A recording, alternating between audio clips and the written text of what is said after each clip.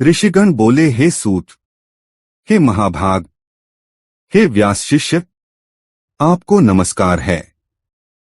हे तात, आपने जो कथा हमें सुनाई है वह निश्चित ही आश्चर्यजनक है। हे तात, मुनि के चले जाने के बाद भगवान विष्णु ने क्या किया और नारद जी कहाँ गए, यह सब आप हमें बताइए। व्यास जी बोले, उन ऋषियों की बात सुनकर पौराणिकों में श्रेष्ठ और बुद्धिमान सूत जी शिव के स्मरण करते हुए, जिन्होंने सृष्टि की रचना की, कहने लगे। सूत जी बोले, हे महर्षियों, जब नारद मुनि अपनी इच्छानुसार वहां से चले गए, तब भगवान शिव की इच्छा से माया विशारद श्रीहरि ने तुरंत अपनी माया प्रकट की।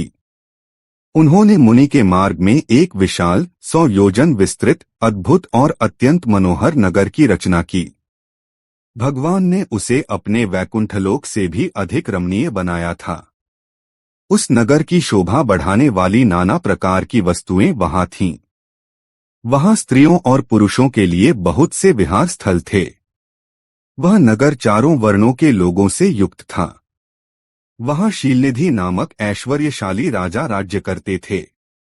वे अपनी पुत्री का स्वयंवर आयोजित करने के लिए उत्सुक थे, इसलिए उन्होंने एक विशाल उत्सव का आयोजन किया था। उनकी कन्या से विवाह करने के लिए चारों दिशाओं से कई राजकुमार आए थे, जो विभिन्न प्रकार की वेशभूषा और सुंदरता से आभायुक्त थे। उन राजकुमारों से वह नगर भर गया था। ऐसे राजनगर को देखकर नारद जी मोहित हो गए। वे कौतुकी और कामासक्त होकर राजा शीलनिधि के द्वार पर पहुंचे। मुनिश्रेष्ठ नारद को आते देख राजा शीलनिधि ने उन्हें रत्नमय सिंहासन पर बिठाकर उनका सम्मान किया। इसके बाद राजा ने अपनी सुंदर कन्या श्रीमती को बुलवाकर उसे नारद जी के चरणों में प्रणाम करने के लिए कहा। उन कन्या को देखकर नारद मुनि चकित हो गए और बोले, हे राजन, यह देवकन्या जैसी सुंदर और महाभाग्यशालिनी कन्या कौन है? राजा ने हाथ जोड़कर कहा, हे मुनि, यह मेरी पुत्री है, इसका नाम श्रीमती है। अब इस कन्या के विवाह का समय आ गया है।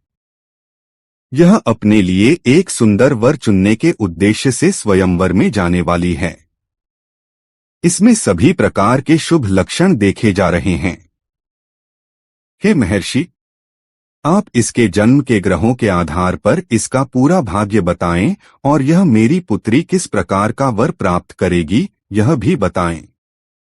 राजा के इस प्रकार पूछने पर काम से अभिभूत मुनिश्रेष्ठ नारद उस कन्या को प्राप्त करने की इच्छा मन में रखते हुए राजा से यह वाक्य बोले, हे भूपाल, आपकी यह पुत्री सभी शुभ लक्षणों से युक्त, अत्यंत सौभाग्यशाली, धन्य और साक्षात लक्ष्मी के समान सभी गुणों की खान है।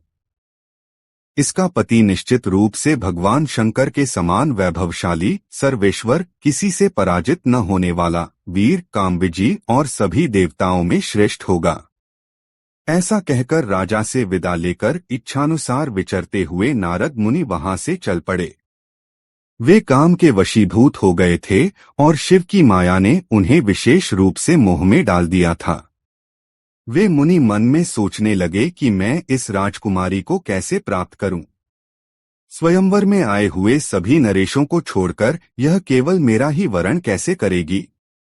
सभी नारियों को सौंदर्य बहुत प्रिय होता है और सौंदर्य देखकर वह प्रसन्न होकर मेरे अधीन हो सकती है, इसमें कोई संदेह नहीं है। यह सोचकर काम के प्रभाव में आए मुनि नारद भगवान विष्णु का रूप धारण करने के लिए तुरंत उनके लोक में पहुंचे।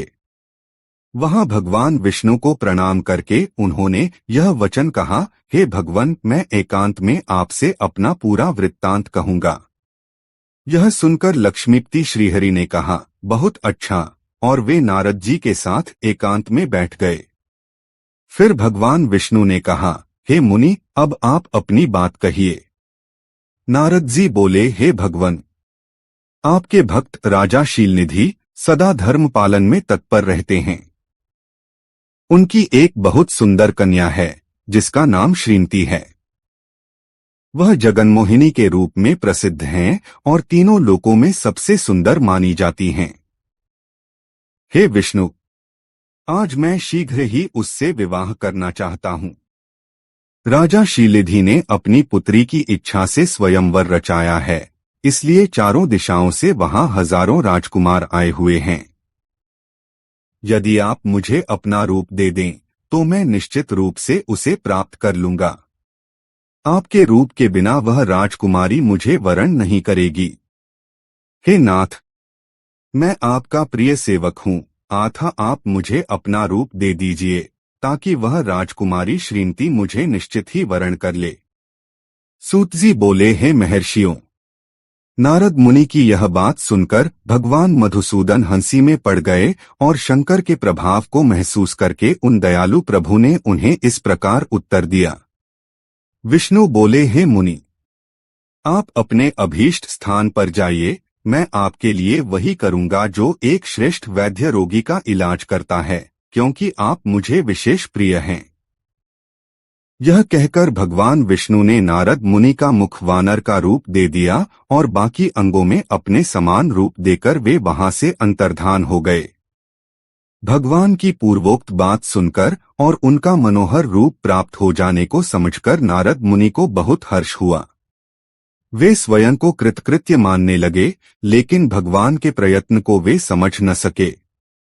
तदनंतर मुनिश्रेष्ठ नारद शीघ्र ही उस स्थान पर पहुंचे जहां राजा शीलिधि ने राजकुमारों से घिरी हुई स्वयंवर सभा का आयोजन किया था। हे विप्रवरों, राजपुत्रों से घिरी हुई वह दिव्य स्वयंवर सभा दूसरी इंद्र सभा के समान अत्यंत शोभित हो रही थी। नारद जी उस राजसभा में जा बैठे और वहां बैठकर प्रसन्न मन से बार बार यही सोचने लगे कि मैं भगवान विष्णु के समान रूप धारण किए हुए हूँ, अतः वह राजकुमारी अवश्य मेरा ही वरण करेगी, दूसरे का नहीं। मुनिश्रेष्ठ नारद को यह ज्ञात नहीं था कि उनका मुख कुरूप हो गया है। हे विप्रों, उस सभा में बैठे हुए सभी मनुष्यों ने मुनि को उनके पूर्व रूप में ही देखा। राजकुमार आदि कोई भी उनके रूप परिवर्तन के रहस्य को नहीं जान सके। वहां नारद जी की रक्षा के लिए भगवान रुद्र के 2 गण आए थे, जो ब्राह्मण का रूप धारण करके गूढ़ भाव से वहां बैठे थे। वे ही नारद जी के रूप परिवर्तन के उत्तम भेद को जानते थे। मुनि को कामवश मूढ़ हुआ जानकर वे दोनों गण उनके पास गए और आपस में बातचीत करते हुए उनकी हंसी उड़ाने लगे। देखो, नारद का रूप तो निश्चित ही भगवान विष्णु के समान श्रेष्ठ है, लेकिन उनका चेहरा वानर के समान विकृत और भयंकर है। कामवश मोहित ये व्यर्थ में ही राजकुमारी को प्राप्त करने की इच्छा कर रहे हैं। इस प्रकार की कपटपूर्ण बातें कहकर वे नारद का उपहास करने लगे। मुनि तो काम से विह्वल थे, इसलिए उन्होंने उनकी यथार्थ बात भी अनसुनी कर दी। वे मोहित होकर श्रीमती को प्राप्त करने की इच्छा से उसके आगमन की प्रतीक्षा करने लगे। इसी बीच स्त्रियों से घिरी हुई वह सुंदर राजकन्या अंतःपुर से वहां आई। अपने हाथ में सोने की सुंदर माला लिए हुए वह शुभलक्षणा राजकुमारी स्वयंवर के मध्य भाग में लक्ष्मी के समान खड़ी हुई अपूर्व शोभा पा रही थी। उत्तम व्रत का पालन करने वाली वह भूपकन्या हाथ में माला लेकर अपने मन के अनुरूप वर का अन्वेषण करती हुई पूरी सभा में भ्रमण करने लगी।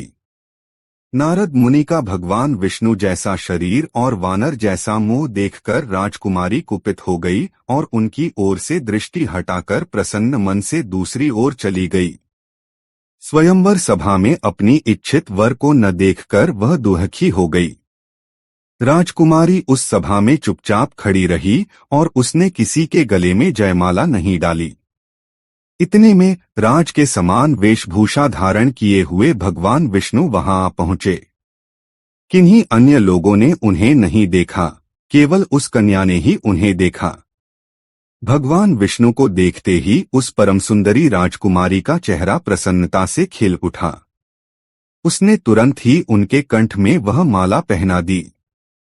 राजा का रूप धारण किए भगवान विष्णु उस राजकुमारी को लेकर तुरंत अदृश्य हो गए और अपने धाम में पहुंच गए।